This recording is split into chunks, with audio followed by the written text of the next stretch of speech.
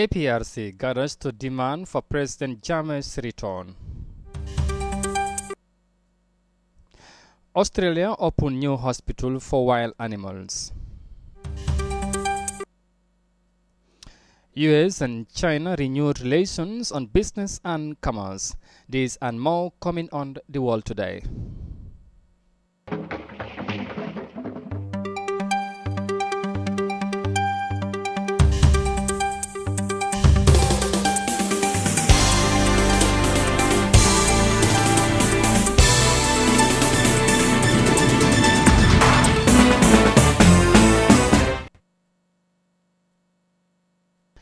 Hello, it is 19:30 GMT here in our studios in Banjul. You're watching The World Today on Africa TV. My name is Amadou Kante and thanks for joining us. The APRC leadership has blamed the European Union for meddling into the affairs of Gambian politics in the wake of the party's call for the return of Jammeh. Thousands of supporters gathered to remind ECOWAS, the AU and United Nations on the agreements they have had with Jammeh. More of this in this report by Amifai. The APRC leadership has blamed the European Union together with the Gambia Victim Center and activists for allegedly interfering into its request to demonstrate the need for the return of former President Yahya Jammeh. The party, which staged a mass procession to remind ECOWAS, the African Union and the United Nations of their agreement with the exiled former president, confirmed receipt of police permit on the night before the event. Interim leader Fabakary Tombong told iAfrica TV that the police were under pressure by force outside the government. We must realize that there were unnecessary internal and external forces on them, pressures on government to deny us a permit as if we are half citizens of this country. He noted that the mass demonstration is triggered by the silence of the sub-regional and international bodies on the commitment they made to convince Jammeh to leave the State House after his defeat by the coalition in the 2016 presidential elections. Since he left here, we had been on engagement and dialogue with UN systems. We met Ibn Kembas, we met the UN West African coordinator, and we are saying the same things. We wrote letters to them. Now, for 3 months, we have not heard anything. We now felt that we should come out on a peaceful demonstration to deliver, this time to demand for the full implementation of the joint declaration.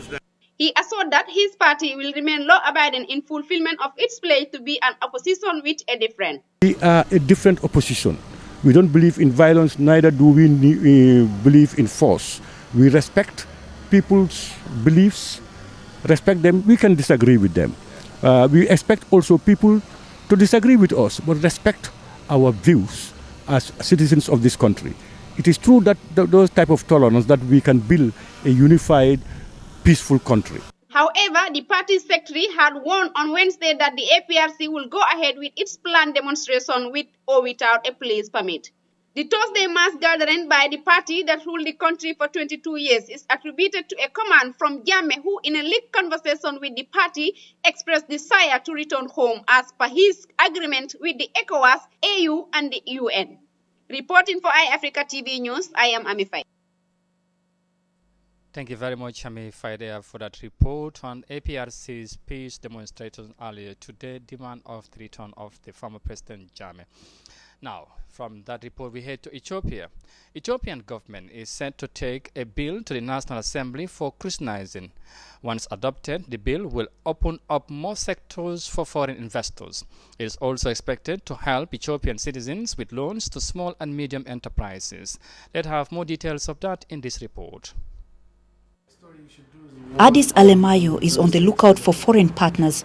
The communications executive believes the government's plan to open up more sectors to foreign investors will bring a flood of opportunities for local firms like his. So if you're a foreign investor coming to a market like this, rather than starting from scratch, you're going to look for a local partner that has some market share, some revenue, and some sort of track record so that you can partner with them and build something better. So I think there's a ton of opportunities for local firms if they're willing and open to work with foreign firms. The new bill still needs to be voted into law, but if it passes, it could allow foreign investors to grab a foothold in sectors that include logistics, media, energy and mining.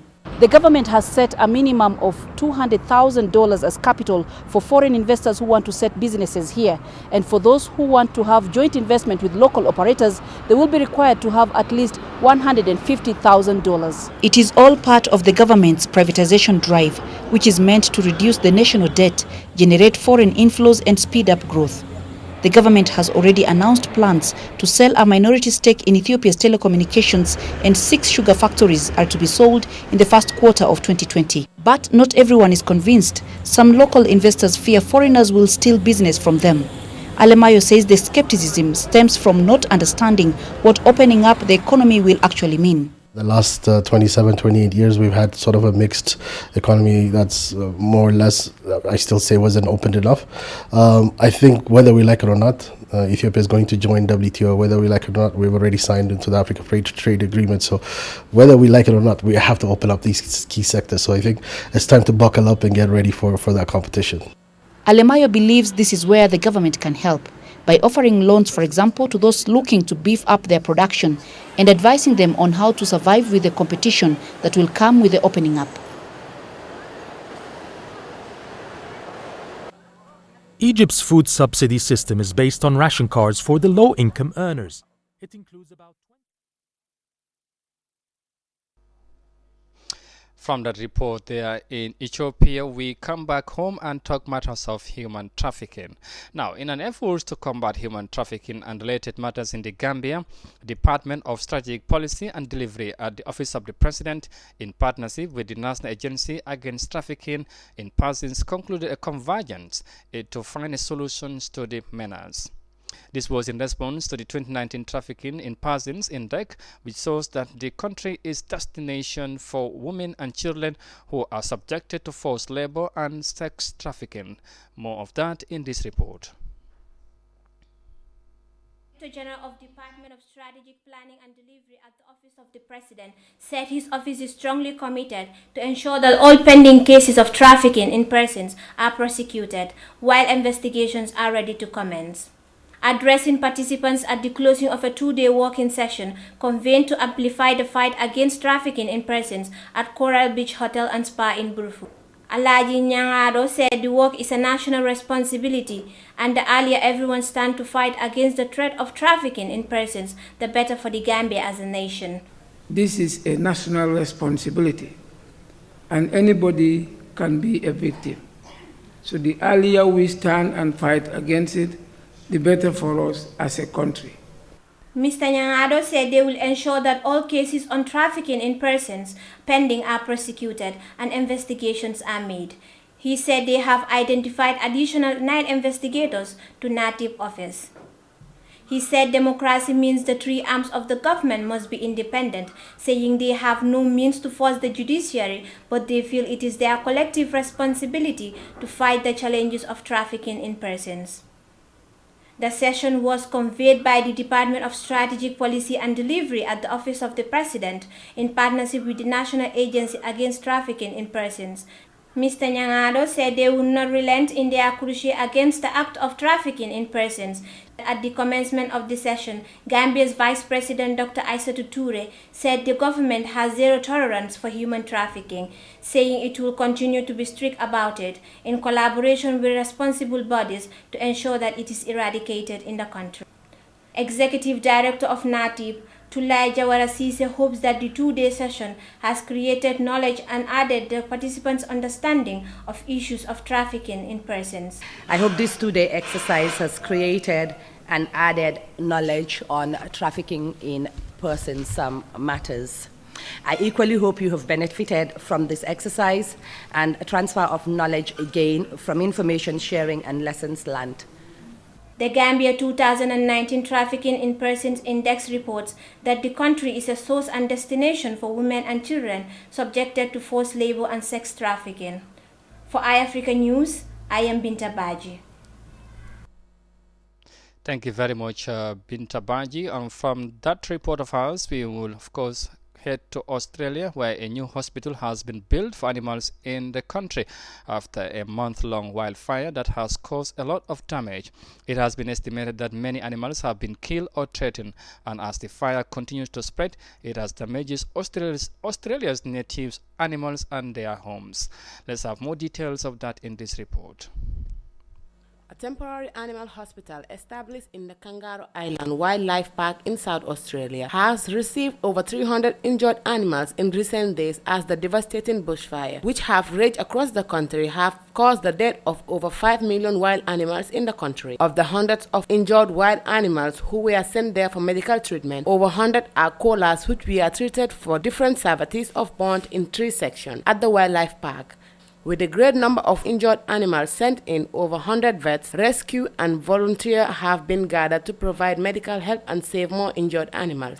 The month-long bushfire have burned more than 1,600 hectares over the Kangaroo Island, 1/3 of which is a protected wildlife reserve, while heat wave and droughts have left animals short of water and food. Amidanso, reporting for iAfrica News. From that report by Ami Danso, we will now take a break and come back shortly with the remaining of our story. Stay with us.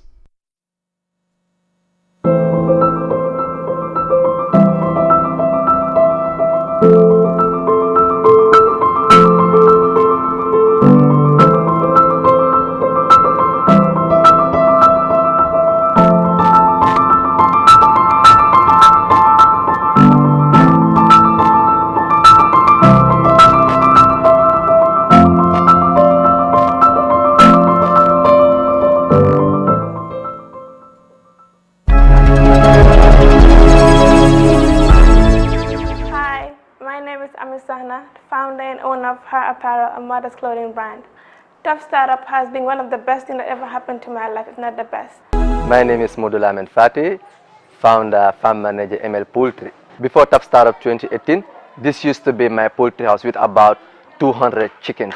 And today, ML Poultry has just built a new farm with a production capacity of up to 4,000 chickens. I'm Ivo Lawrence Mendy. I am the CEO and the founder of Cameco. The Tough Startup, we're able to register the company in Ghana as a limited, Let's Ride Africa Ghana Limited. I urge every single young entrepreneur out there to give it a try. It's a life-changing experience.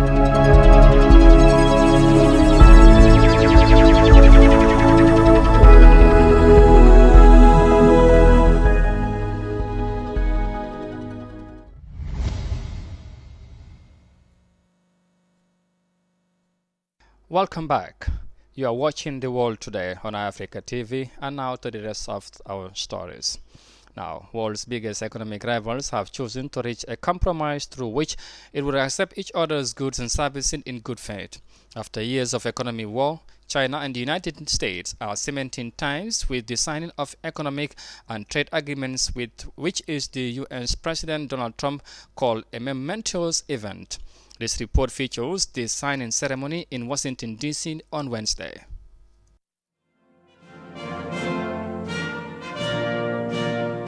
China and the United States formally signed their Phase 1 Economic and Trade Agreement in Washington, D.C. on Wednesday, with the Chinese Vice Premier Liu He and the U.S. President Donald Trump inking the historic paper at the White House.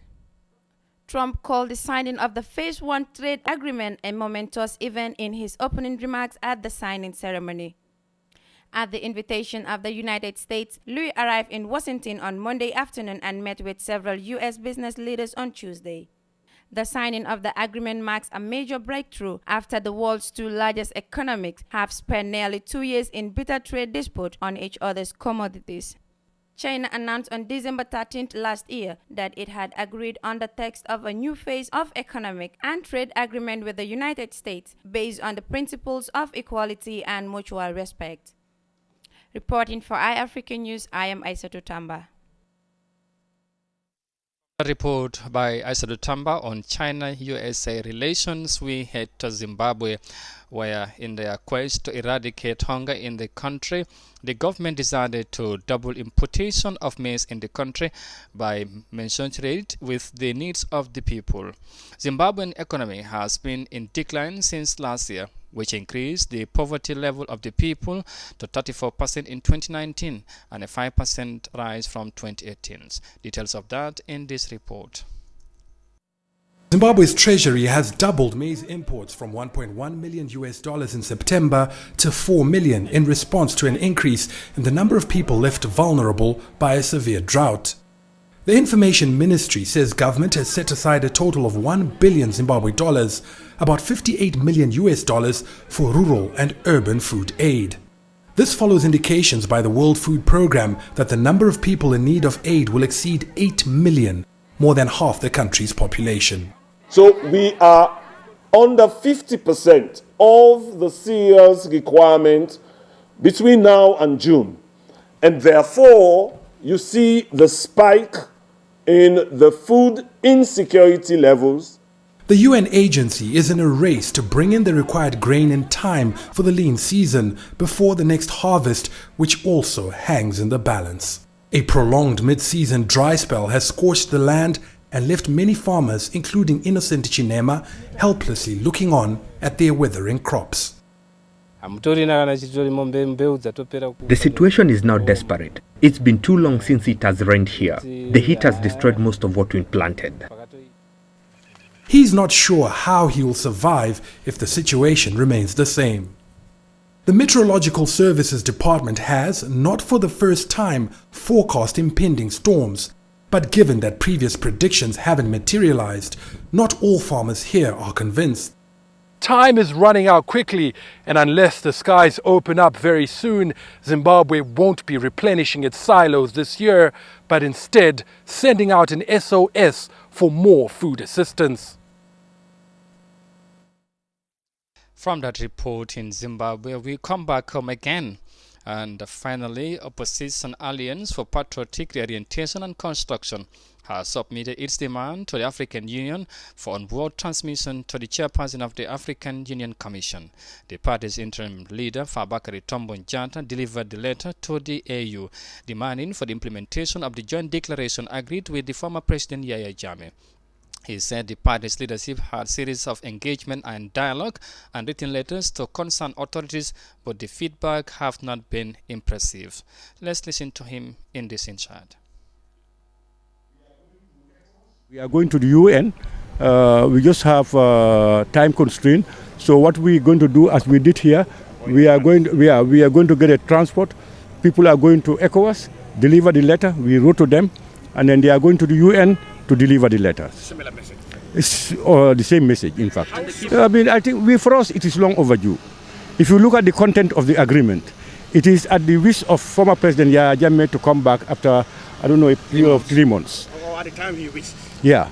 So for us, you know, we as we used to tell the press and everybody, we are a different opposition. We don't believe in violence, neither do we believe in force. We respect people's beliefs, respect them. We can disagree with them. We expect also people to disagree with us, but respect our views as citizens of this country. It is true that those type of tolerance that we can build a unified, peaceful country. That's why. What is the next step? The next step will be determined by us as and when we go. If you remember, since he left here, we had been on engagement and dialogue with UN systems. We met Ibn Kembas, we met the UN West African coordinator, and we are saying the same things. We wrote letters to them. Now, for 3 months, we have not heard anything. We now felt that we should come out on a peaceful demonstration to deliver, this time to demand for the full implementation of the joint declaration. That's Fabakary Tombonjata, interim leader of the APRC, there speaking. And their views, that ends this news bulletin. But for more on this and other stories, you can also log on our website on iafrica.tv. Once again, I am Amadou Kante, and bye for now. Bye-bye.